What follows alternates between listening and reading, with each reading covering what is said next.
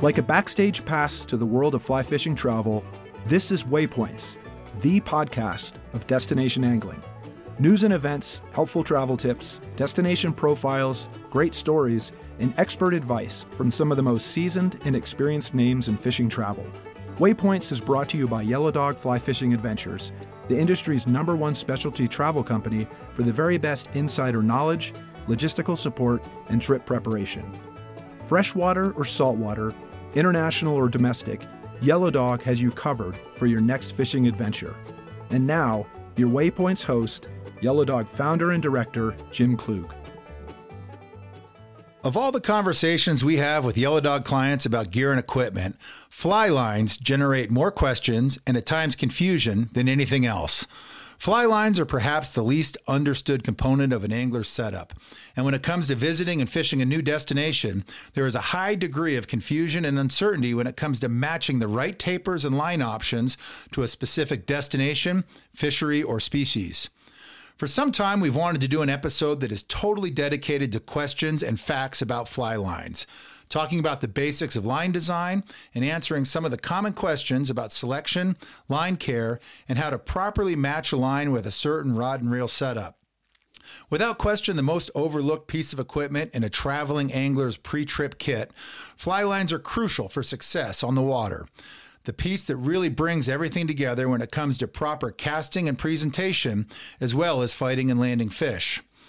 To tackle this important subject and help explain the science behind fly line design and manufacturing, I'm joined today by two experts on the subject, Bruce Richards and Josh Jenkins of Scientific Anglers.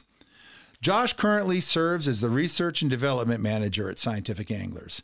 He is responsible for new product development, which includes new fly line technology and fly line tapers. All of SA's lines are made in the company's Michigan factory, where Josh also works on innovating and optimizing the company's manufacturing processes to ensure high quality and consistent fly line products. Our second guest, Bruce Richards, is an absolute legend in the world of fly lines and line design, with a 34-year career at Scientific Anglers in roles that included production supervisor, sales coordinator, production plant manager, product development and engineer, and designer.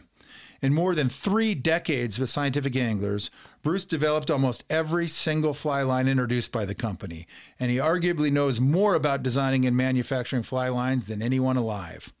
Over the years, Bruce has been incredibly active with Trout Unlimited, AFTA, and with the Federation of Fly Fishers, helping to establish and lead the Federation's Casting Instructor Certification Program.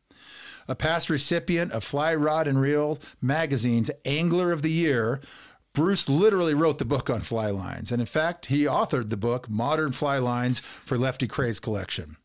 Gentlemen, thanks so much for being here, and welcome to the show. Thanks, Jim. Yeah, thanks for having me on, Jim. I'm excited about this one. Well, it's been a long time coming, as I was saying. We get so many questions about fly lines. And let me start with this simple question to the two of you. And I asked this after years of dealing with this subject with traveling anglers going all over the world. Why is it that fly lines are so often overlooked when people are putting together their setups? Everybody goes and, they buy the latest rods. They spend a lot of money on reels. They get really excited about all the kind of, sexy hard good toys. And then fly lines so often are an afterthought or something they don't put as much thought into. Why do you guys think that is?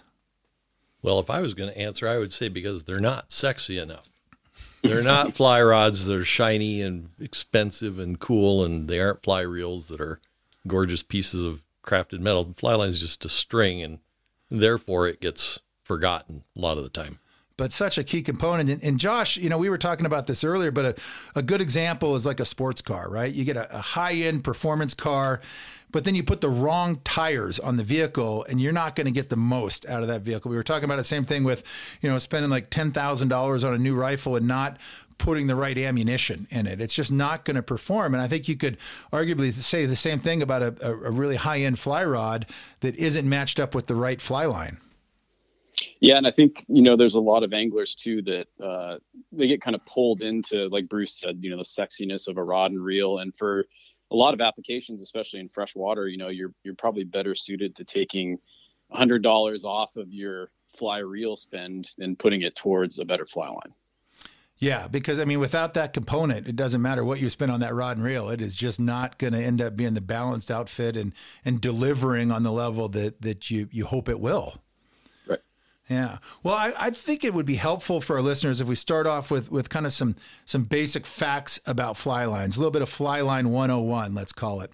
And, believe it or not, we have kind of put these questions together, oftentimes based on the most Googled questions about fly lines. You can actually check this out and like 10 pop up, but some of these topics may seem a bit basic. But the reality is that a lot of anglers really don't understand the basics of fly line construction, design, tapers, application, or even care. And, people that work in the industry or maybe work at a fly shop and sell fly lines on a daily basis, they sometimes forget that these basics aren't necessarily understood by everybody. So I thought we'd start off, and Josh, I'll pose the first question to you. Give us the quick rundown of basically how fly lines are made. Sure. Yeah. So pretty much all modern fly lines that I'm aware of, even outside of SA, start with a core, and the core member is what gives the fly line its ultimate strength. The piece of the fly line that you interact with, the coating that you touch and feel, doesn't really have much inherent strength. So you have to have something inside that gives it a little bit more, that gives it strength to hold up to a fishing application. Basically, if your fly line was comprised of just coating, it probably wouldn't even hold up to, fighting a trout or a bass or something like that. So we start with the core. At SA, we use a couple different varieties, and those varieties are selected ultimately based on the application. And typically the temperature in which the line is designed to be fished. We take that core, which is level, so there's no taper to the core. We run it through a primer, which helps the coating adhere to it. And then that primed core goes into our plastic mix. And essentially kind of goes into this open vat of this liquid plastic, and then we have a dye that wipes off the excess and sets the taper, and then it immediately goes into an oven, and the oven cures that liquid plastic on the outside, and that's how you sort of get the hard finish that you have on your flat line. Once it comes out of the machine, we can do a bunch of different other stuff to it. We can put a printed ID on it so it's easier to identify. We can put welded loops on it, etc. But a basic fly line is three components. It's a core, a primer, and a coating. Well, and by the way, the identification printing on the fly lines might be the greatest thing we've seen in the last couple decades, especially when you're traveling with a lot of lines. You now have the ability to take a quick look at it and realize what it is. So that's one of my favorites. But Bruce, let me ask you this. A lot of people don't understand what it is that makes a floating fly line, which is, probably still the vast majority of fly lines out there. What is it that makes a floating fly line float?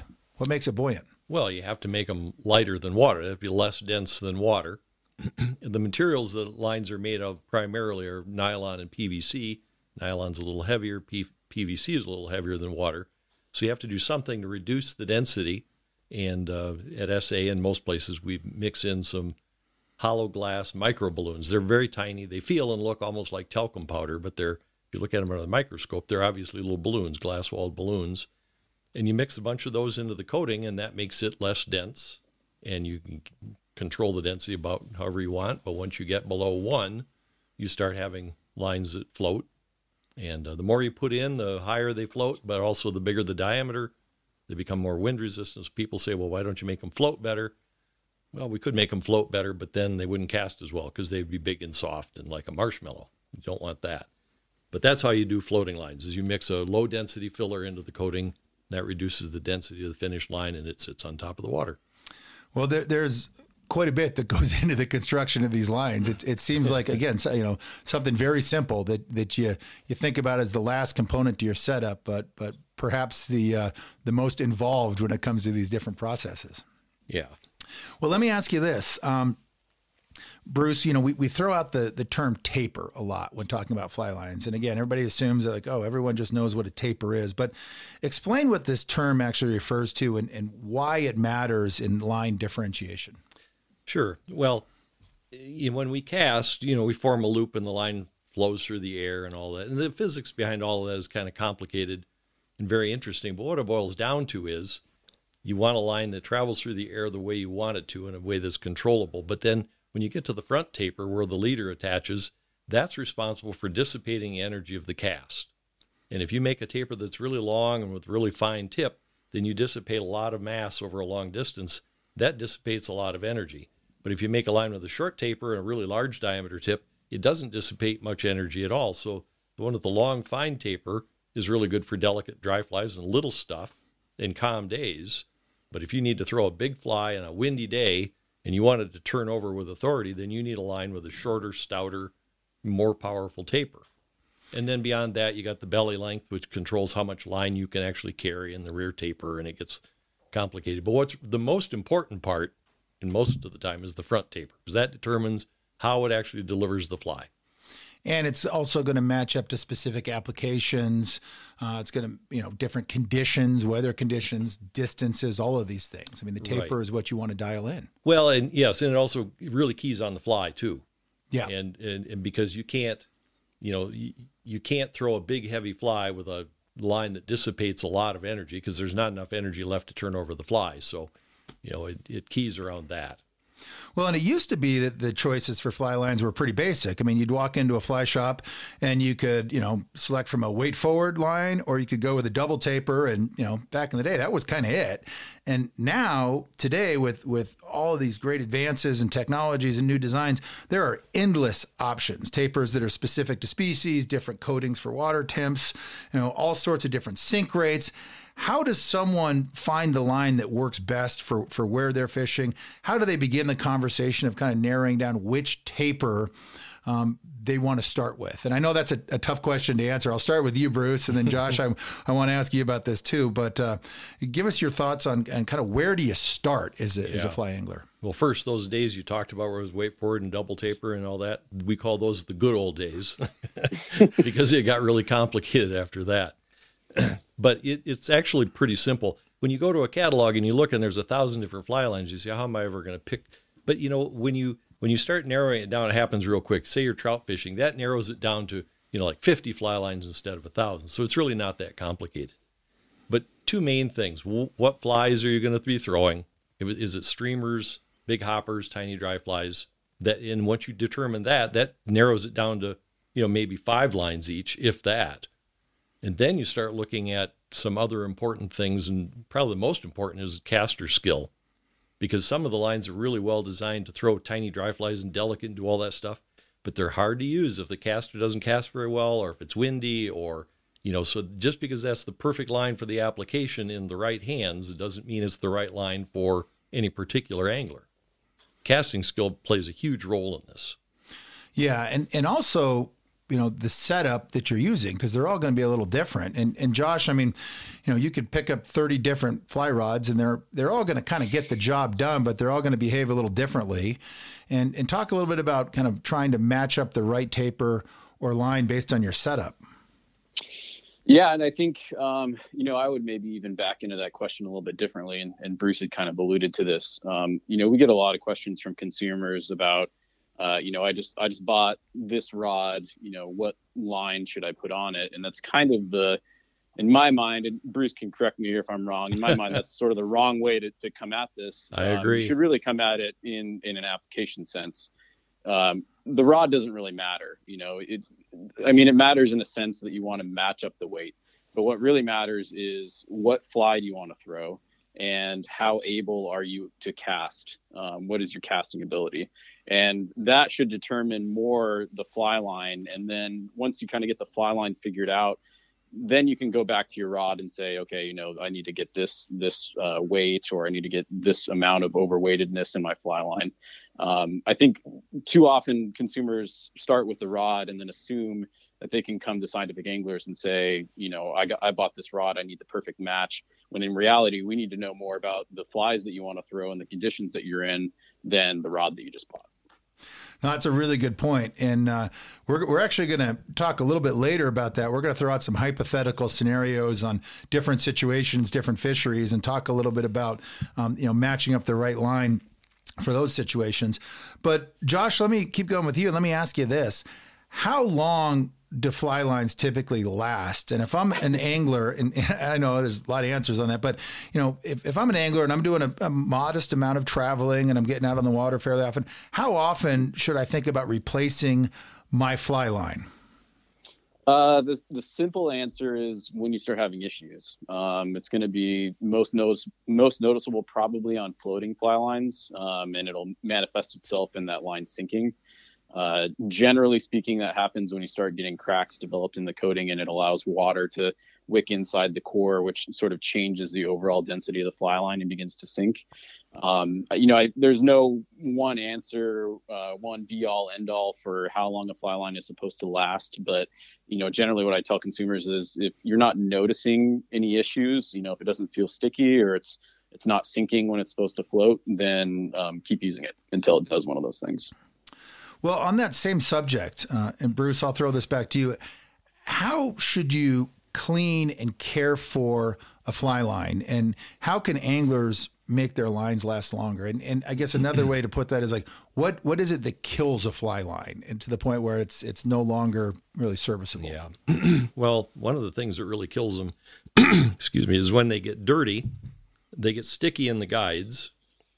And when that happens, when you cast, especially for hauling, it tends to stretch the surface of the line. There's a lot of friction against the guides, so it stretches, and that can lead to cracking a lot earlier. So for that reason, you really need to keep lines clean so they last longer. But also, the surface of a fly line is a very high-tech thing. It's got a lot of different chemicals on the surface that reduce the friction, and it keep the lines nice and flexible. And if those get covered up, then you not only have more friction, but you also lose the hydrophobic nature, because the line surface is very hydrophobic. Like when you freshly wax your car and you sprinkle water on it, beads up real nice, and that's very hydrophobic. Well, the line's the same way, except when the line is hydrophobic, it gets pushed higher in the surface tension, and so it floats real high. When they get dirty, they float lower. So you can feel it in friction. You also notice they don't float as well. If you keep them clean, then everything works. So you can either use just soap and water, hand soap, on a washcloth, scrub it down and then rinse it off. Or SA makes really good line cleaning pads. They're a little micro abrasive. They do a great job of cleaning the dirt off. They're really quick. You can just put one in your vest or pack. And but keeping lines clean is really key. Well, Josh, let me go back to you on this. For traveling anglers, especially if they're in the salt or they're somewhere where the water is a little tannic or dirtier, what can traveling anglers do to properly take care of their fly lines, i.e. store them the proper way after a trip, something that will end up prolonging the life of those lines? Sure, that's a great question. Being that they're made of fairly inert plastic, you don't really have to worry about mildew or mold.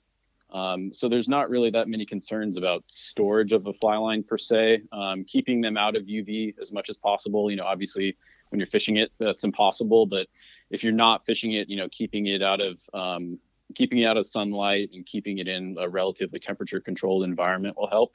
But then also, if you're fishing somewhere particularly that has really dirty water, I think about tailwaters out west that have all kinds of scum and stuff in it. Just making sure that line stays clean, like Bruce said, especially, cleaning it before you store it, just so that dirt doesn't have time to sort of set in. No, that's great. And again, that's a question we get a lot. And so, when you get back from that trip, don't take your reel with your line on there and set it up on the windowsill in direct sunlight until you use it a year later. Not what you want to do. So, Josh, let me ask you this. You can, still today find fly lines that might be $20 or $30, right, in some website or mail order catalog, or you can spend upwards of, $120 to $150 for a line. We get a question a lot, are these expensive fly lines worth it? And what's the difference that you're paying for? Sure. Well, I'm going to have a little bit of a biased opinion here, so take it for what it's worth. Yeah, I think it's absolutely worth it. You guys were talking about the good old days when you had the limited number of taper options, and it's true. That's sort of ballooned out of control. But one other aspect that it's changed in the fly line industry is that tapers are no longer really that much of a differentiation between fly line manufacturers, right? It's easy to take a measuring device and reverse engineer a taper or figure out something and create something that's, does the same delivery in the same application. And so one way that we try to differentiate ourselves at Scientific Anglers is just by the amount of technology that we pack into the coating of our fly lines. And the amount of technology that you have in a line is going to directly correlate to the price. So, the more expensive fly line you buy, the more technology it's going to have, the slicker it's going to be, the longer it's going to last, the better it's going to fish in your situation. Well, speaking of technology, and this has a lot of applications for big fish and saltwater fish. It used to be that when you bought a fly line, the end was just, kind of cut off, and then you would, rig up a nail knot or something that would allow you to attach your butt section and then your leader. Well, now the industry standard has become that a lot of, almost every fly line now comes with a welded loop on the end of most fly lines. And when people are headed out for big fish, if they're going, after GTs or big tarpon, big jungle fish, we get a lot of questions from anglers say, hey, will that loop hold? Is that welded loop strong enough? Obviously you guys make them, so you have a lot of confidence in it, but let's talk a little bit about the welded loop setup. And Bruce, let's start with you and kind of your thoughts on the evolution of the welded loop and how it performs for big, nasty, angry fish. Yeah, well, they're really strong. They're, like any connection, whether you use a nail knot or a braided loop or all the connections we use, any of them will give out, any of them will fail eventually, any connection. So you can't look at that and say, well, this is good, we're good forever. You got to keep checking them because eventually they all will fail. But when you buy a new line, I trust those loops. I was around when we first started making loops. We weren't the first to make loops, but we didn't like the loops that were out there initially, and we didn't just copy something we didn't like. We found a better way. And actually loops on heavy duty lines like that are the easy ones because they can be big and they can be kind of clunky. It doesn't really matter. The hard ones are make a really nice loop on a 3-weight that delivers nicely. Now they don't have to be as strong, but it's harder to make a small, compact, light loop than it is a big, heavy one. So I trust them completely, but I do check them. Well, aside from being a fly line guru, Bruce, you're also an incredible caster. What's your thoughts on loops with the performance of the casting and kind of laying out that presentation? Well, all of this that we're talking about with lines is really dependent on caster skill. Yeah. And the better the caster, the less important a lot of this stuff becomes because the caster can adjust to whatever. And Josh's comment about rods earlier, say, well, I got this so-and-so rod, what should I get? Well, like you said, it doesn't really matter. The caster is the one who determines how the rod works. And it's just a minor adjustment to your stroke to go from a fast rod to a slower rod to a longer or shorter. So that's kind of out of the question. But the line, you can control how it works to some degree with your stroke, but you can't make a powerful line deliver delicately, and you can't make a 3-weight trout line throw a bass bug. The physics are against us. But the better the caster is, and that means getting the line real nice and straight and knowing how to control the stroke and making a nice low wind resistance loop just opens up the world of fly casting and fly fishing. It doesn't matter what topic we're talking about on this podcast. Every single discussion we have always comes back to practicing and becoming more proficient as a caster, no matter what the subject is. Yep. Yeah, absolutely. Well, Josh, are you guys doing any fly lines these days that don't have that welded loop on it? Some, yeah, very few that now though. To your point, I mean, there's some like European style nymphing lines that we do that are just too small a diameter to weld. But I'll echo some of Bruce's statements in that the way that we QC test loops is we do a handshake loop, like a loop to loop knot with a perfection loop, and we pull test this thing. And the determination of a good loop versus a bad loop is that a good loop with a handshake connection should always break in the fly line before the loop itself breaks. So theoretically, if it passes QC, the loop itself is going to be stronger than the majority of the fly line. One question that we get a lot, I'm sure it comes across your desk a lot too, Jim, is, what is the core strength of the fly line? We get, anglers all the time that ask, how strong is your tarpon line? And let's say, the tarpon line has a core strength that's 35 pounds, and the consumer will come back and say, well, that's not going to work. I'm using straight 50-pound fluorocarbon or something like that. One thing that anglers often overlook is that because a fly line is sort of an integrated system without any knots, the break strength that we give you and the break strength that you experience is actually the true break strength of the line.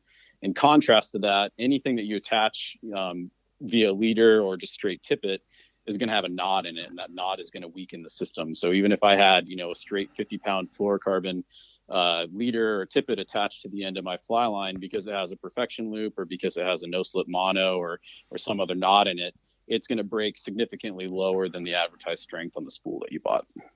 Yeah, that's a really good point. And we do get that question a lot about core strength. And of course, it's really applicable when you're going after the big nasties, the GTs or Arapaima or things that in a lot of ways have no business being caught on a fly rod, yet we still love going out and doing it. But it's not just the pull strength of the fish you're connected to. A lot of times it's the environment, right? If you're in the Indian Ocean, you're dealing with coral heads and things you can get hung up on. Very common in saltwater. If it's in the jungle, it's down trees and snags and all kinds of things. So that certainly is where the strength factors in as well. So, Josh, let me ask you this, and I know Bruce has got an opinion on this, so I'm going to save him for a second on this one. But don't get it wrong, Josh. The question of overloading fly rods. Are there times when you want to do it? Is it a good idea, a bad idea? Should it even be necessary? And I guess that's a whole conversation for the rod manufacturers. But does it make sense, and if so, when? Sure. Well, I've been trained by the best in the industry in Bruce to respond to this question. And sometimes I feel like a little bit like a politician, just kind of reverberating what somebody wrote for me. But I agree. Yeah, I think Bruce would say the same thing. The issue is that in today's fly fishing age, we have what we call fast action rods. And, what is a fast action rod other than relabeling a 6-weight as a 5-weight? That may not be 100% true, but the core of the issue is that in fly lines, the way we determine the size of a fly line is very cut and dry. It's black and white, right? I throw this thing on a scale and it either weighs the correct amount or it doesn't. And in fly rod design, there's a lot more gray area and a lot more feel to it. And what that can lead to essentially is rods that are fast action in nature, that 80% of consumers can't cast correctly with a true to weight fly line. And this kind of gets back to the practice thing. Unless you're a very experienced caster, you're not going to have that great of a time trying to throw a true to weight fly line on a truly fast action rod. And so as a reaction to this industry trend, fly line manufacturers like SA started creating oversized fly lines to ensure that we don't get blamed for a $900 fly line not performing correctly. That being said, I do think that modern rods have a larger window of operation, meaning that they're not gonna collapse if you throw a larger line weight on it. They can handle a range of weights by its nature. If you think about taking a 5-weight fly rod, it has to be able to cast a fly line at 20 feet and it has to be able to cast a fly line at 60 feet. And the amount of fly line you have outside that rod tip is going to determine the weight. And that's actually a pretty big variation right there, just in different casting distances. Get back to your original question, where is an overweighted line appropriate? Beginners are certainly going to benefit from an overweighted line. It's going to slow down the action of the rod and make the timing a little bit less critical of your casting stroke. If you wanted to be able to throw a larger fly on a smaller rod, certainly that would be an application. Bass comes to mind. Peacock bass, certainly if you want to throw like a big hair bug or something like that on a smaller rod. And then the final one, which is always for me, I take one on travel, is just for conditions. If I went on a destination trip and I end up showing up and there's 30 mile per hour winds for the 4 days that I'm going to be out fishing, I would rather not struggle with a light line, and I would rather, be able to enjoy my fishing and throw an overweighted line to handle the wind or whatever conditions, might be thrown at you. Oh, those are all really good points. Bruce, what would you add to that? Well, I think the easiest way to think about it is this. I've got a favorite medium fast 9-foot 5-weight rod that I fish all the time here in Montana. And if I'm going to go dry fly fish with that, I put a standard weight, true to weight 5-weight on it, and I go fish, and it's wonderful. It's light, it's crisp, it casts well, throws all the dry flies great. But if conditions change and now I want to throw a double nymph rig and an indicator, that line doesn't handle it very well. The rod's more than capable, but the line is not up to the task. So I'll put a 6-weight on, or even a 6.5, a half-size heavy 6-weight with a little more powerful front taper. Now the rod is slowed down a little bit. It opens my loops a little, which is good because I don't want to get a bunch of tangles. It carries the extra weight and the indicator just fine, and it fishes great with that heavier line. But then if things change again and I want to fish a streamer, I'm going to put a 7-weight on it in a streamer, and that same 5-weight rod is now a medium slow 7-weight, which is great for streamers, and it works just fine. So in reality, what I think is the rod makers should explain that so that the line makers could go back to making lines standard weight, and then you just change the line weight. Rather than now, we have all these 5-weight lines. Some of them are actually 7s, and some are, it's just, you never know unless you do the research to find out. So it's a lot simpler than it seems, but different applications do require different weight lines to work effectively. Well, which is an argument for having multiple fly lines, with you in your kit, and especially if you're doing any kind of destination angling. And Josh, to your point, I mean, you get down to the salt, and you're doing a typical flats trip. You got your 8-weights, you got your 9-weights, but you might have those calm days where a delicate presentation is super key, and you might have days where it's pumping 25 or 30, and it makes sense to bring multiple lines with you so you can adjust to the conditions and what each day throws at you. I think that's a great point that you brought up. Yeah, as a practical example, I've had it happen to me in the Keys. I went tarpon fishing and showed up on my last day, and I think it was like 15-mile-per-hour winds. And if I would have stuck with my half-size heavy fly line, I think I would have missed every shot that I had. I ended up switching over to a full weight heavy and was able to make it work for the day. So it's vital to have at least a few options, especially on trips like that. Well, let me ask you guys this, and this is a good one for Bruce, because about 25 years ago, we saw an explosion in kind of these new technologies of the textured fly lines. SA came out with shark skin. You started seeing some other companies come out with the ridge line type fly lines. Talk to us a little bit about the difference between textured fly lines and non-textured. What do people know, and what are the applications for each? Well, that was a really exciting time because advancements in fly lines have been fairly incremental. There haven't been, major game-changing changes. We change the chemistry every year a little bit, and they get a little bit better, but rarely is there something major that you can say, wow, this is huge. I mean, AST was a big thing. That was the permanently slick and all that. But I think texturing was even a bigger thing that SA patented, and it was an exciting time to put that in the plant. But what we ended up with was a line that was mechanically slick, not just chemically slick, but both mechanically and chemically. And if you're counting on a mechanical surface, whether it's dirty or it's hot or it's cold, it doesn't really matter. They still shoot, they still haul. So they made it very user-friendly. Rather than having to clean and worry about all this stuff, they just always work. Now, they make some noise and people don't like it, and the early ones are a little hard on the fingers. There's always a negative with, but Josh and everybody have pretty much engineered any of the negatives out of those.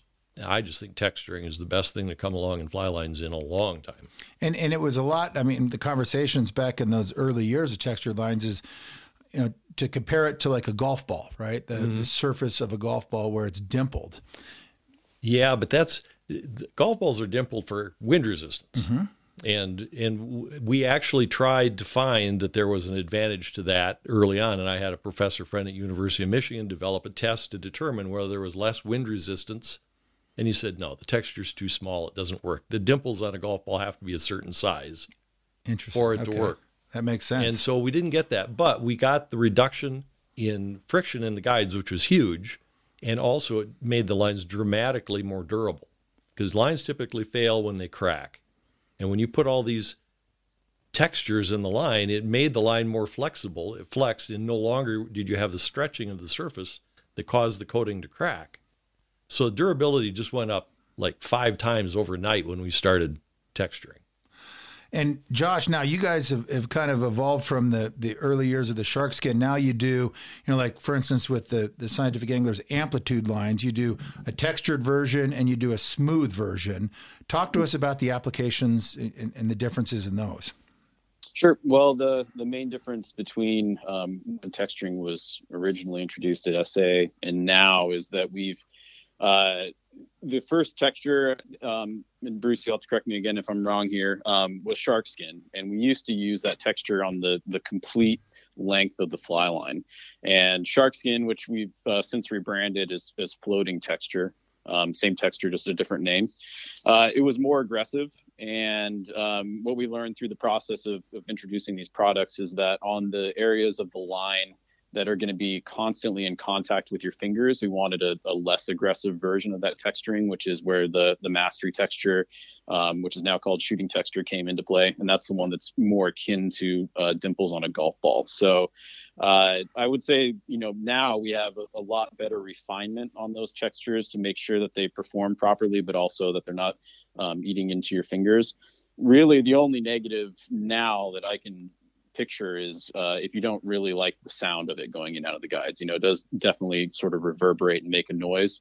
I personally see that as an advantage. I have direct audible cue to my line speed inside my guides that I didn't have before. But it's kind of it's personal preference, which is why, to your point, we offer textured versions and smooth versions on our top end premium lines, just based on consumer preference, basically.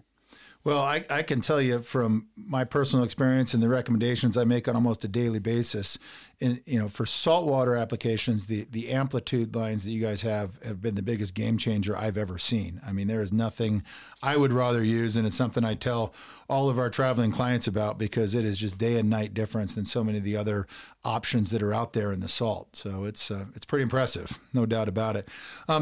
Bruce, let me ask you this, and I want to go back to what we talked about in the very beginning about what makes a fly line float. Of course, floating lines are the majority of lines that people use in a lot of places, but you also have sink tip lines, full sink lines. Give us the quick rundown of how you take a fly line and make it sink and then adjust it to the different water columns where you want to be kind of in the game with your flies. Sure. Well, just as we add a low-density filler to coatings when we want them to float, we add a high-density filling or filler to the lines when we want them to sink. And the majority of the time, that's pulverized tungsten. It's tungsten powder. It's very dense. It's very expensive. And it depending on how much you put in, the line can sink slow or it can sink extremely fast. We lose some control over color because tungsten powder is pretty much black. And it's hard to pigment something that's black into something else. But fortunately, most sinking lines are best if they're dark colored anyway. For sinking tip lines, we use the same, but if you want it to sink really slowly, if we add no fillers whatsoever, no glass beads and no tungsten, the PVC coating we use is actually clear. When we add a pigment to it and a filler, then they become opaque in a certain color. But if we don't add anything, any of those things to it, then the coating is clear. And if you build that line on a clear monofilament core, you got a clear core and a clear coating, and that's how we get the slow sinking, clear, lines that we either make as full sink or sinking tips, which are so popular in a lot of saltwater applications. So it's just a matter of what you add to the coating to change the density, the color, and so on. Well, and that's a great segue to this question. And we get this all the time from people headed to New Zealand, if they're, going to the Railroad Ranch or the Henry's Fork, technical, tough, picky fish. In your opinion, and Josh, I'll start with you, does the color of the fly line matter in different places? Oh boy, here we go. Here we go. Right? You know everyone's dying to get your opinion on this. In my opinion, no, but there's a caveat of having a correct leader setup. I think that the real issue is that the fish sees your fly line at all, not that, when they see that fly line, is it bright orange or is it sort of a muted color? I know great anglers that use solely bright orange fly lines, and they could probably outfish me on any given day, even dry fly fishing in a technical fishery. To me, the biggest issue is making sure that you have your leader set up correctly and you have sufficient distance between your fly and your fly line. And then beyond that, the color of the line doesn't really matter. Other than, I think it is definitely a lot easier to control your cast and control your loops and keep an eye on your back cast with a brighter colored line. So in that regard, I think there's actually some advantage there. But if you think about something floating on the surface of a river or a lake, especially with light attenuation, the further down the water column you get, the less colors are visible. Most fly lines, regardless of color, if you're under the water looking up at them on the surface, are going to look brown or black even. It's going to look like a shadow. Even if it was orange, it's going to be very, very subdued versus what you're seeing being outside of the water. So in short, no, I don't think from a fish perspective, I don't think fly line color matters that much. I think it's more critical to ensure that you have a long enough leader and the correct size leader and tippet and fly. And then I do actually think that there's a slight advantage in having a brighter colored fly line just from the angler's perspective of being able to keep an eye on your cast and control things. Really good points. Yeah, I was hoping for a fight, but we're not going to get it. I agree entirely. Excuse me, I've been asked that question. I can't tell you how many times over the decades.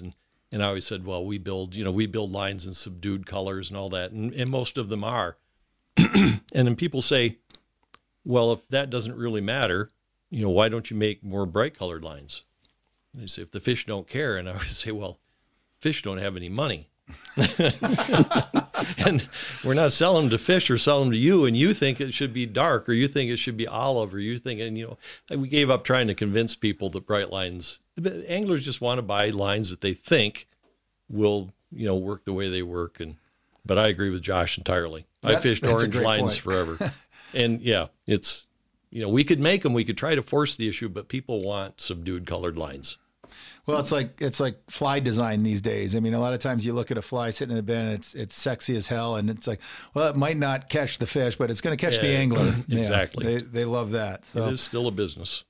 Well, let's pivot a little bit, and Bruce, I'm going to start with you on this one. Let's talk a little bit about the evolution of fly lines. And I know we could talk for hours about this, but give me your opinion and kind of your perspective on what's changed over the years and what some of the biggest improvements and innovations are that we've seen over the last 20 years or so. 20 years. Well, I already talked about texturing. That was big. A lot of the changes that happened, well, actually the biggest ones happened before that. And I have to say, when I first started at SA in 1976, which is a long time ago now, I guess, but all the lines are made using a mechanical cam on the machine that determined the taper, and it controlled the taper of every line on that machine. Machines make multiple lines, and the cams are big and they're heavy and they're expensive, and it took 2 months to get a new one. And then if it wasn't what you wanted, you're stuck. But anyway, we computerized all the machines so you could do individual dies, change any parameter on any line at any time. And that was the biggest thing. That kind of led to an explosion of tapers. And then, in the early 90s, the movie came along and demand went way up. And the more people you have, the more variety you can support. And so then all of a sudden there's way too many fly lines. But, if they don't sell, they go away. But the biggest things for me were texturing and greatly improved coating chemistry, because that allows the lines to shoot and haul really well, and to last longer, and to float higher, and all the things that anglers always said they wanted. I mean, when I started, we were dealing with, lines cracked fairly early and didn't float very well and blah, blah, and all these things. And so we started working on curing all of those issues. And eventually we did. I mean, lines last, I'd guess, 10 or 15 times longer now than they did back then, to the point that when I left SA years ago, rarely was dealing with any cracked lines or anything like that. The number of complaints went down dramatically as they got better and better. So my goal was always to have somebody want to buy a new fly line rather than have to buy a new fly line. You want them to want the new shiny thing, even though the old one is still working. It's the same with cars and golf clubs and shotguns and everything else. But you don't want somebody to be dissatisfied because the product failed, because they may change brands. So the better you make them, the more product loyalty you get, and that's good for any product. Well, Josh, let me kind of pose that same question to you about innovations, but in a little different way. So let's say you take the average angler. They fish a couple times a year, and they went into their local fly shop and they bought a trout line, let's say, that right now is probably 10 or 12 years old. And it hasn't cracked. It's still in decent shape. It doesn't get fished that much. But can they take that line that's 10 or 12 years old and compare it to, say, a new line that's available right now in their favorite retailer? Can the average angler really tell the difference on those lines with, through innovations and new designs? That's a great question. And it, like Bruce said, all the developments really since texturing have been largely incremental, just because it's determined on the chemistry of the coating, and like many things, development of those are incremental. There's not very often that you come across a huge leap in technology like that. If you had a 10 or 15-year-old fly line and you were trying to compare it to a brand new one off the shelf, I think you would absolutely be able to tell a difference. It may not be solely because of the technology. It might just be because of the fact that, the coating, even if you're not using it, the, plastic has sort of a lifespan to it, right? It'll age over time. So with a really old line, you'll notice that it probably starts to get hard. It'll get cracked. It'll develop more memory. So, even technology aside, I think that you would absolutely be able to tell a difference between an old line and a new line. If I were able to go back in time and, pull a brand new line from 10 years ago and compare it to a brand new line today, I think that you would also still be able to tell a difference, especially comparing a smooth line to a textured line. I think that's probably one of the biggest differentiators that we have as a company at Scientific Anglers. Well, I know that, when I've got a big trip coming up or a pretty major adventure, there's nothing that I do quicker than just replace my fly lines. And I'm a little bit of a diva about that, but I just think there's something about a fresh new fly line. Heaven, right? It's as good as it gets. And you know what? It's true. $100. It's $120. It's and true. You think about all the money you spend on the trip, all the money you spend on all of your other hard gear. It's like, it's one of the easiest kind of pieces of low hanging fruit to just replace and make sure it's perfect, because there's nothing like casting a new fly line. Nothing at all. Well, Bruce, let me ask you about this. We talked about all the advancements and the evolution of fly lines over the last couple decades. Are we done with the evolution lines? I mean, are they as good as they can get? Is there a next level or new innovations coming that we see out there on the horizon that can really significantly improve performance and how people cast and how they present flies? Well, that's a good question, and Josh is going to have to weigh in more than I will. But I just remember sometime back in the early 1900s, I remember reading about them talking about closing the patent office because everything had been invented. and obviously that was not entirely right. But, I'm not involved in the front lines of that anymore, but I guarantee you there are big advances coming. I don't know what they are. Josh probably does. He's not going to tell us, I'm sure. but that was always something I struggled with when I was doing the job Josh has, was, coming up with that next thing. And, you get a hint of an idea, or somebody sends you something, and eventually something triggers something and you end up with improvements. And I'm sure that's still going on. See how much Josh will tell us. Let me preface this by saying, if my boss is listening, that there is absolutely more developments to be had in fly line technology. Imminent, they're coming. Big ones. Brad, if you're listening to this, no worries. It's an interesting question. I think, fly lines today are excellent. If I had a pie in the sky, if I could wave a magic wand and correct issues with fly lines that even I see with our products, I would say there's still some fruit left on the tree there. Especially in the plastics industry, from not only from technology but sustainability standpoint, there's a lot of development happening even outside of the fly fishing industry that we can take advantage of. So I'm always looking for things like that. But yeah, especially within the next few years, I think you can expect some changes coming along the fly lines. Well, I'll give you one that I think you should implement on your saltwater lines. If you can somehow design these lines that automatically prevent trout sets while you're on the flats, that would be a game changer for a lot of anglers, I think. Yeah. Yep. Well, let me ask you guys this. Is there a resource that you can recommend that really helps match anglers and their fishing destinations to the right lines and tapers? Because I know, again, we've talked about, well, it depends on the ability of the caster. It depends on the rod. It depends on, where they're fishing. But a lot of times, and we're going to play a game here in just a second where we're going to get into the details of this, but some general resources that can help identify the right lines and tapers for the right applications. I can tell you, we get this question all the time. Our sales staff spends a lot of time talking to destination anglers that are heading out on a trip. They know their gear and they can make recommendations, but there's a lot of DIY anglers. There's a lot of people that are heading out somewhere for the first time that I guarantee you they're constantly confused when it comes to finding the right line or taper or application. Any resources that you can recommend? Boy, that's a tough one, isn't it, Josh? I'd love to just give you my phone number, but don't do that. I don't think I have time. Your wife wouldn't appreciate that, Bruce. Yeah, I think my best answer, I'll give a shout out to our customer service department. Yeah. We have a world-class customer service department. There's 3 guys at SA, and it's kind of their job to answer these questions. There's a lot of consumers that don't realize that you can email scientific anglers directly with questions like this.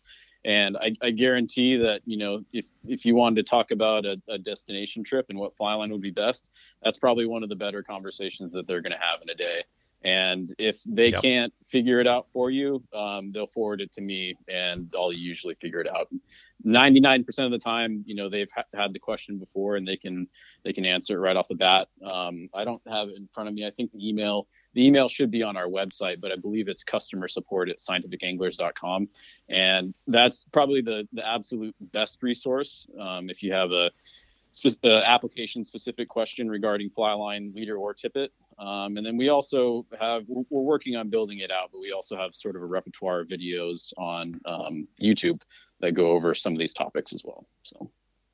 Yeah, I would also throw a shout out to a lot of the specialty shops out there. If you have a good fly shop that you frequent, and they really know their stuff, certainly they'll probably know their fishery in their own backyard. But a lot of fly shops today have gotten really savvy on destinations and some far off places. So don't be afraid to utilize that specialty retailer, because that's what these guys do best is talk gear.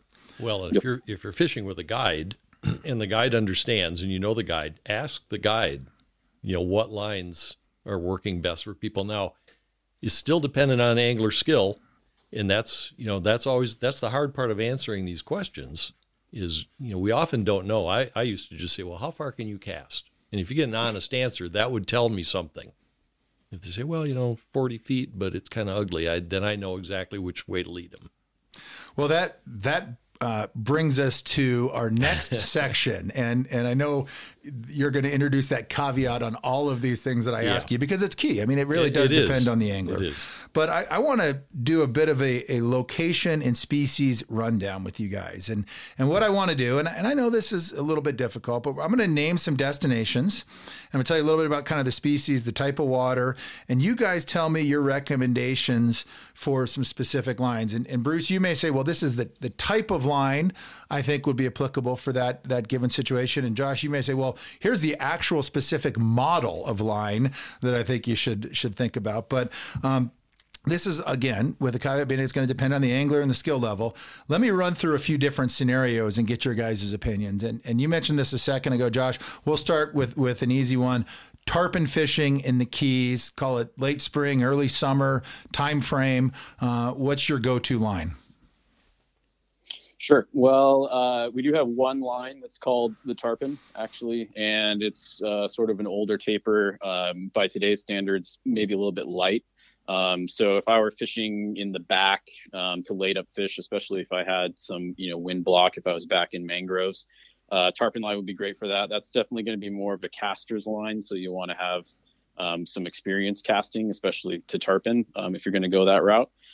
And then as you go from there, my recommendations are just going to kind of get heavier and heavier. From that one, you can go to Infinity Salt, which is a half size heavy. It's going to be more general purpose, but still leaning towards your maybe mid to advanced angler. Infinity Salt also has the longest head length of any saltwater line we have, so it's going to allow you to stretch out your casts a little bit further and be more accurate at distance.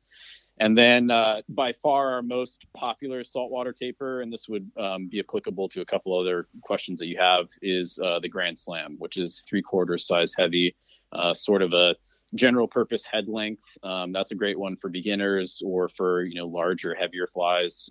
For whatever reason, you had to throw a weighted tarpon fly. I can't really think of a situation, but if you had a large tarpon fly or a weighted one, bumping up to that 3/4 size heavy Grand Slam is going to be a good choice.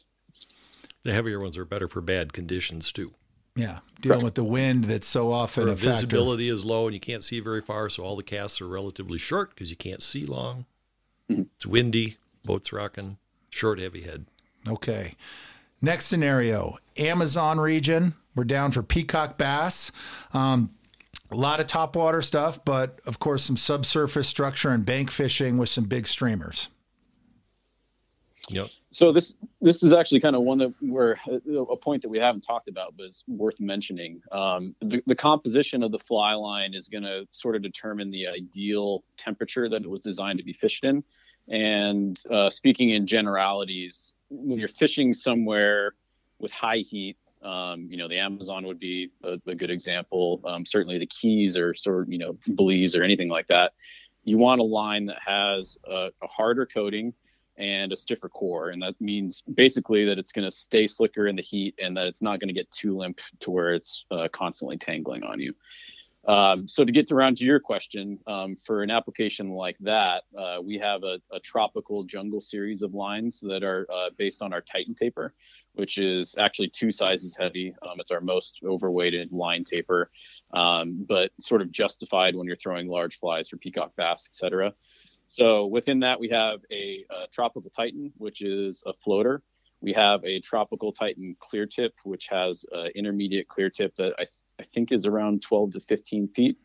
And then if you need to get down fast, we have what we call the tropical custom cut, which has a intermediate running line, a short section of sink 3, and then a sink 6 head. And you can cut that to length. Basically, the more you cut back, the lighter weight you make the line to match to your rod. And that one would be useful if you needed to get down. But all 3 of those lines have our harder tropical coating and our stiffer tropical core, which is designed specifically for environments like the Amazon. Yeah, I'm really glad you brought that up because I've had so many conversations over the years with people where they, talk about, I just went out and bought a new 9-weight. I couldn't be more excited, and I got the latest reel. And, I've got this striper line that I've had for years, and I'm just going to throw that on the setup and head to the Bahamas. Well, it's going to be like casting a piece of wet spaghetti if you don't factor in the temperature of where you're fishing. So I'm glad you brought that up. All right, Bruce, here's one for you because I know you're at Railroad Ranch. Yeah, let's talk about it. I mean, we mentioned it earlier, but you're on the Henry's Fork and the fish are tough. Yeah, well, the Railroad Ranch is classic big Spring Creek stuff. It's wide open, gets windy sometimes, but if you get there at the right time, you got big, long slicks and big selective rising fish. And I really prefer a line like the Mastery Standard or the Infinity Trout. They're standard weight.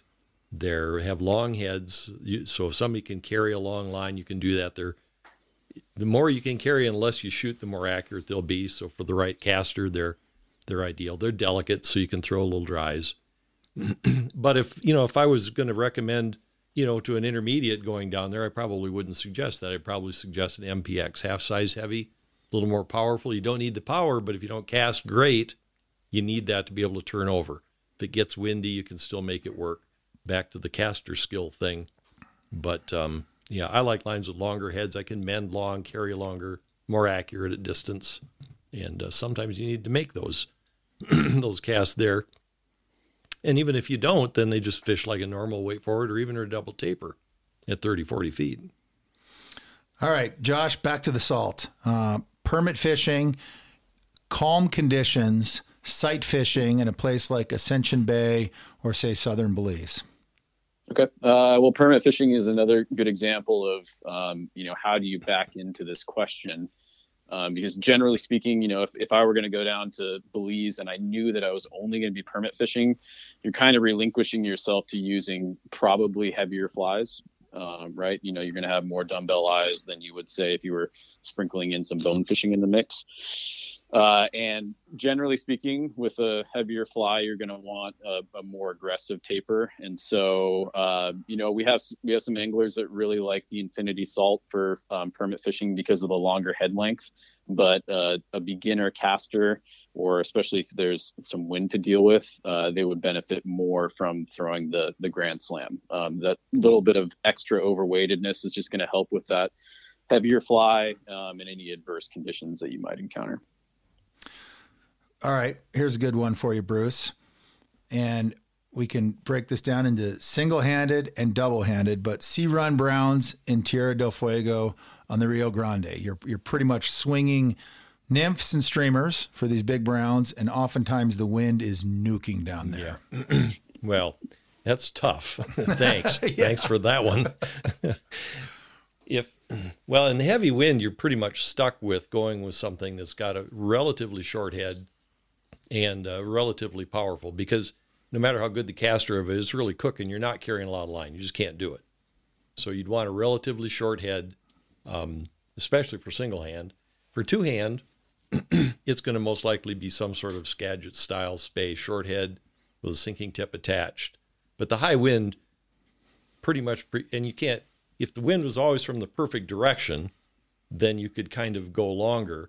But you can't count on that. The wind's going to be in the wrong place. So you're stuck with short and heavy and, for either single or double hand. And so, Josh, what lines would those be for you? That's a good question. I've never been there personally, but I've heard stories of, like if you park your car in the wrong direction, the wind will rip off the doors. So you always have to park with your headlights facing into the wind. So you're keeping that potential in mind, I would say probably something along the lines of the Titan taper for a single hand rod would be a pretty good choice. I wouldn't go down there without something like that. Again, that's sort of like the 2 size heavy. Nice thing about the Titan taper too is that we have it available in a bunch of different densities. So it's available in like saltwater coatings, tropical coatings, like I'd mentioned for peacock bass, but we also have it for freshwater fishing scenarios in floating, sink tips of various densities, and then even full sink in different densities. So the nice thing there is if you like that specific taper, you can expect the same delivery across a wide range of sink rates if you need to, fish different areas of the water column. Bruce is, I think, spot on with the space setup.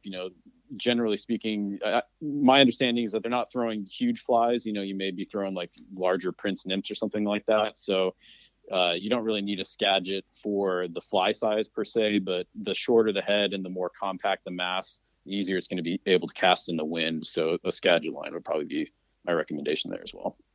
And it can get a little windy down there, no doubt about it. All right, so we talked about tarpon fishing. We talked about permit fishing.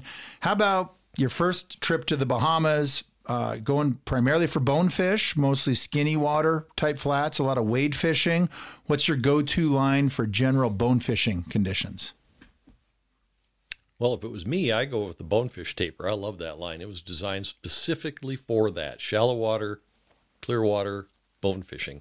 Relatively long head, relatively long front taper. Bonefish flies aren't big and heavy, and it's a caster's game, and that's a caster's line.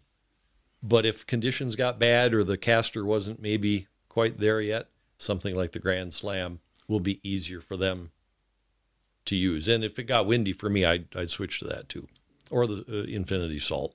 That's another great line. Yeah. Anything to add to that, Josh? No, I think that's spot on. Spot on. Yep. I mean, especially with bone fishing. I mean, permit fishing as well. There is kind of a minimum requirement of skill there to make it work. So I think you can assume that generally an angler doing that is going to be a better caster. So, bonefish line would be great. If you don't feel comfortable with that line, or wind starts to pick up, infinity salt or grand slam would be another good option.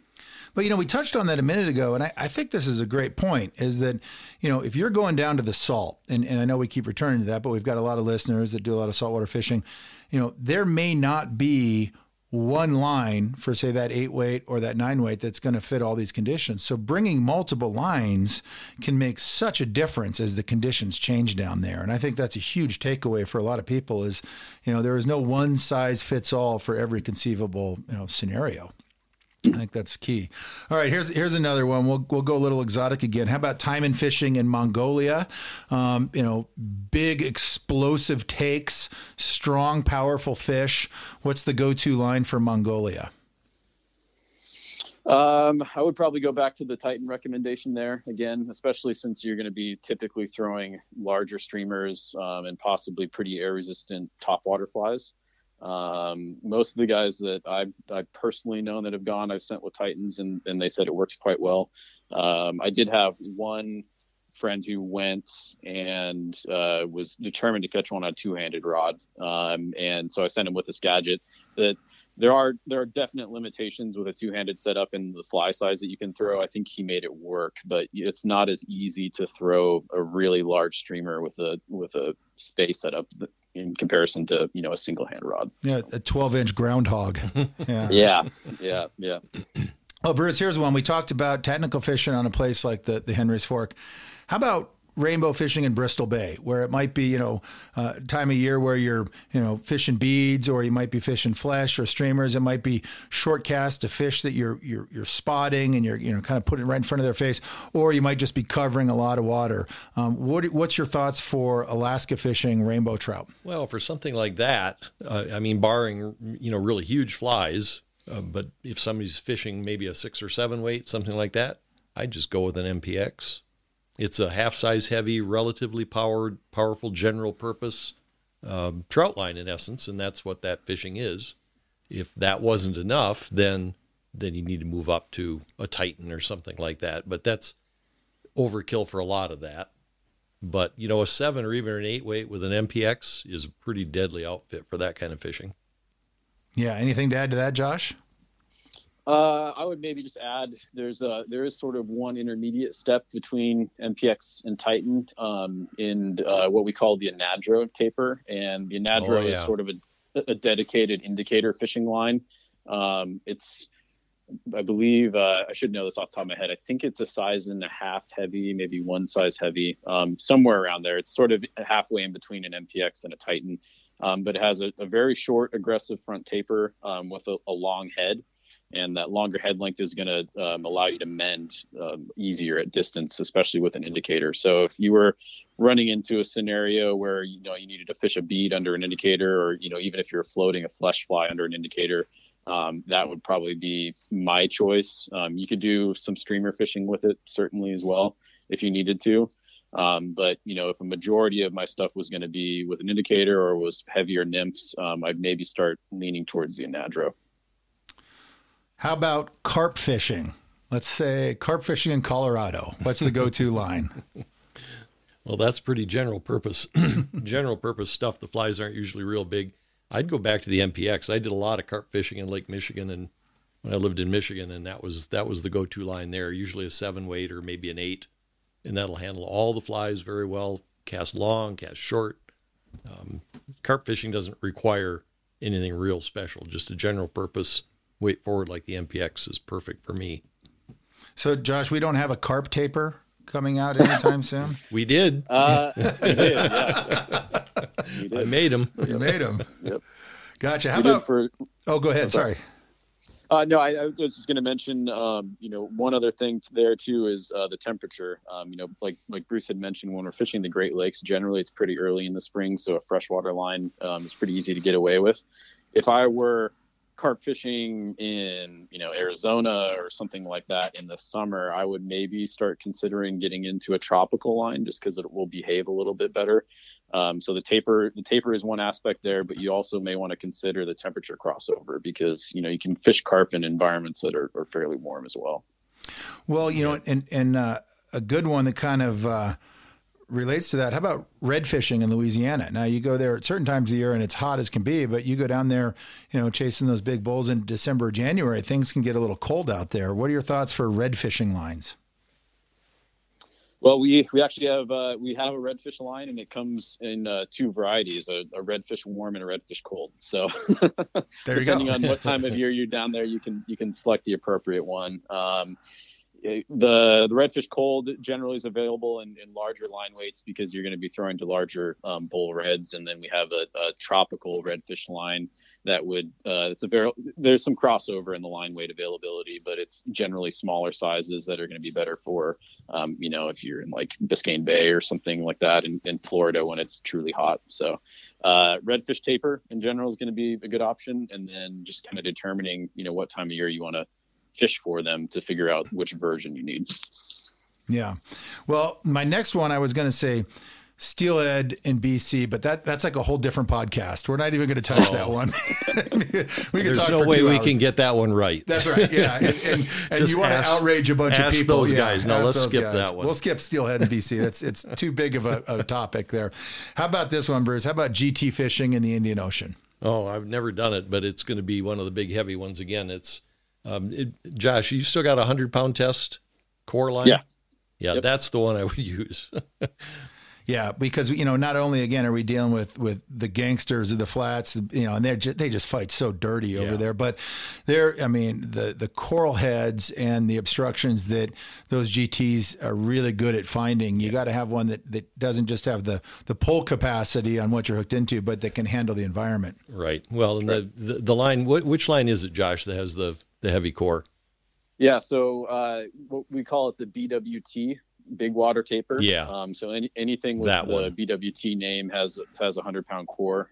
But it's exactly like you said, Jim. I think if you put most anglers on a fly rod and a fly line and you attach them to a scale, they would be surprised at how little pressure they put on fish. So no one that I'm aware of is actually putting 100 pounds of pressure on a fish.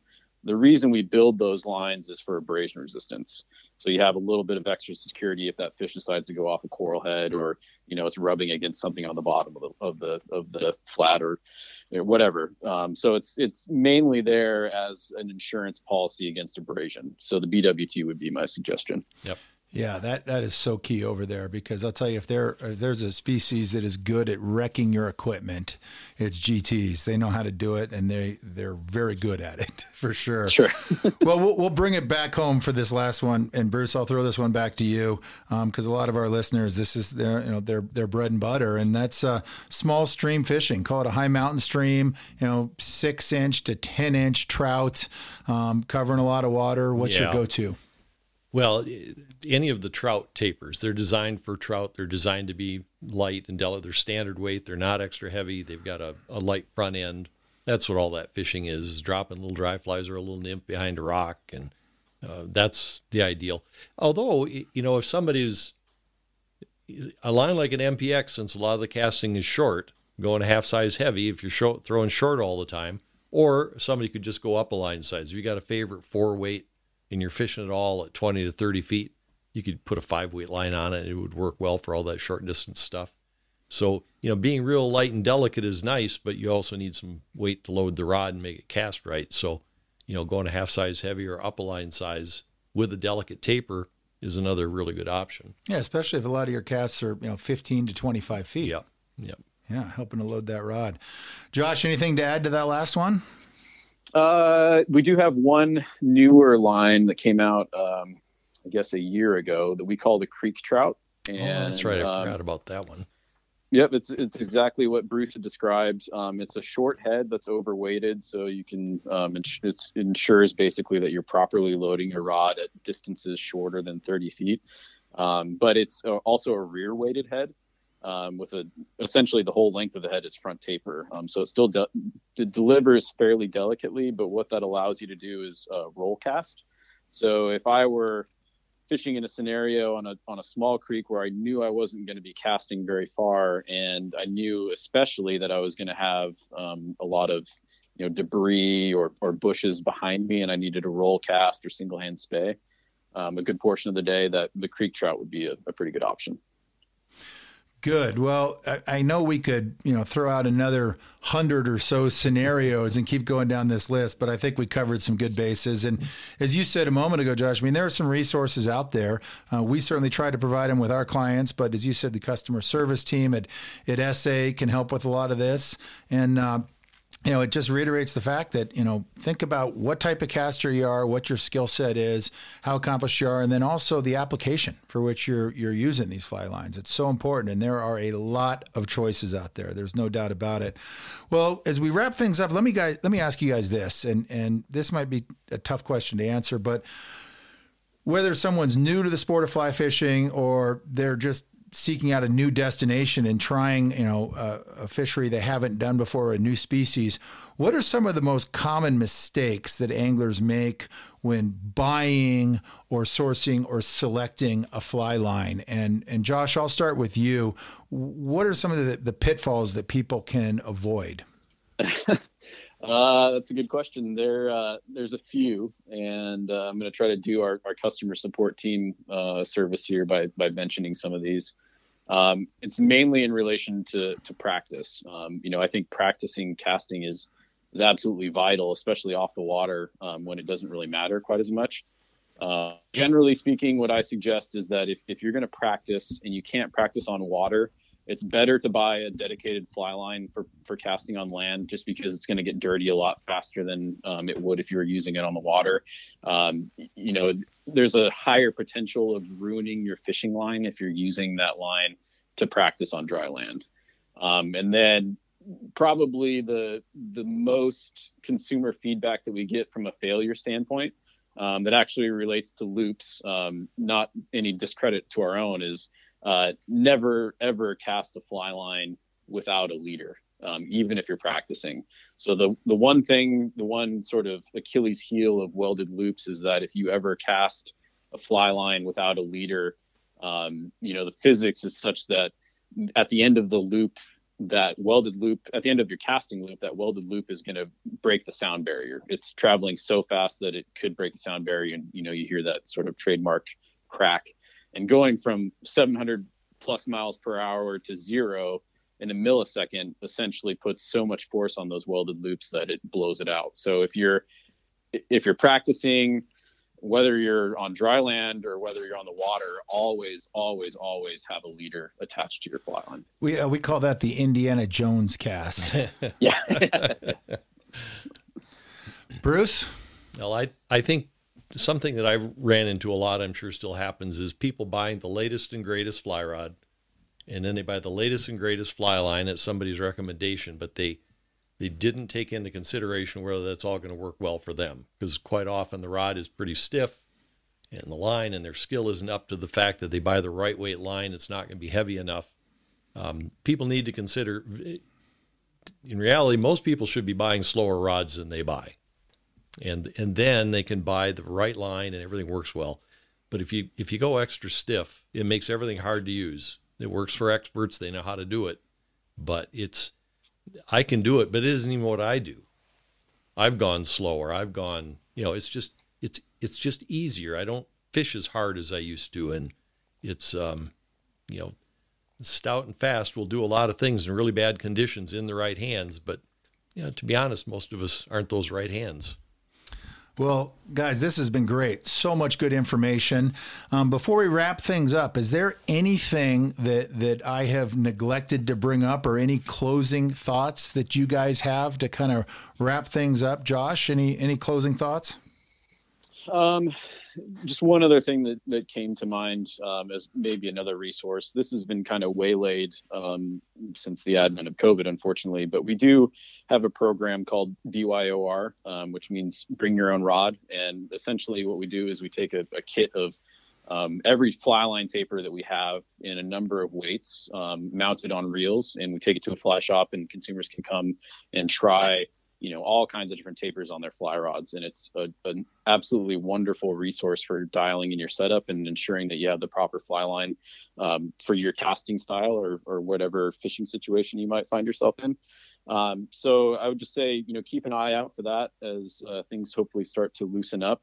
And, don't be afraid to mention it to your local fly shop. The way we get these things out is by having fly shops request the kit or request us to come out with the kit and set this up. So if that's something you'd like to see and, you want to try out a bunch of different tapers, don't be afraid to mention that to your fly shop. Great feedback. Get a casting lesson. There you go. Find a good instructor. They're on the FFI website. Get a lesson. It makes a huge difference. It's amazing how often everything comes back to that, to casting and practice. We can't emphasize it enough. For sure. Well, guys, I can't tell you how great this has been. Thank you so much for sharing your knowledge and wisdom with us. I know that our listeners are going to get a lot of amazing takeaways from this, and can't tell you how much I appreciate it. And that is it for this episode of Waypoints, the podcast that is 100% dedicated to travel, adventure, and exploration. Be sure to visit yellowdogflyfishing.com to plan and research your next fishing trip. Sign up for newsletters and new podcasts and stay up to date on the latest travel news and developments. Join us for our next episode of Waypoints, and remember, life is short and no one ever regretted a life of adventure. This has been another episode of Waypoints, the podcast of fly fishing travel and adventure angling. Waypoints is produced by Brian Gregson with music provided by the Steep Canyon Rangers.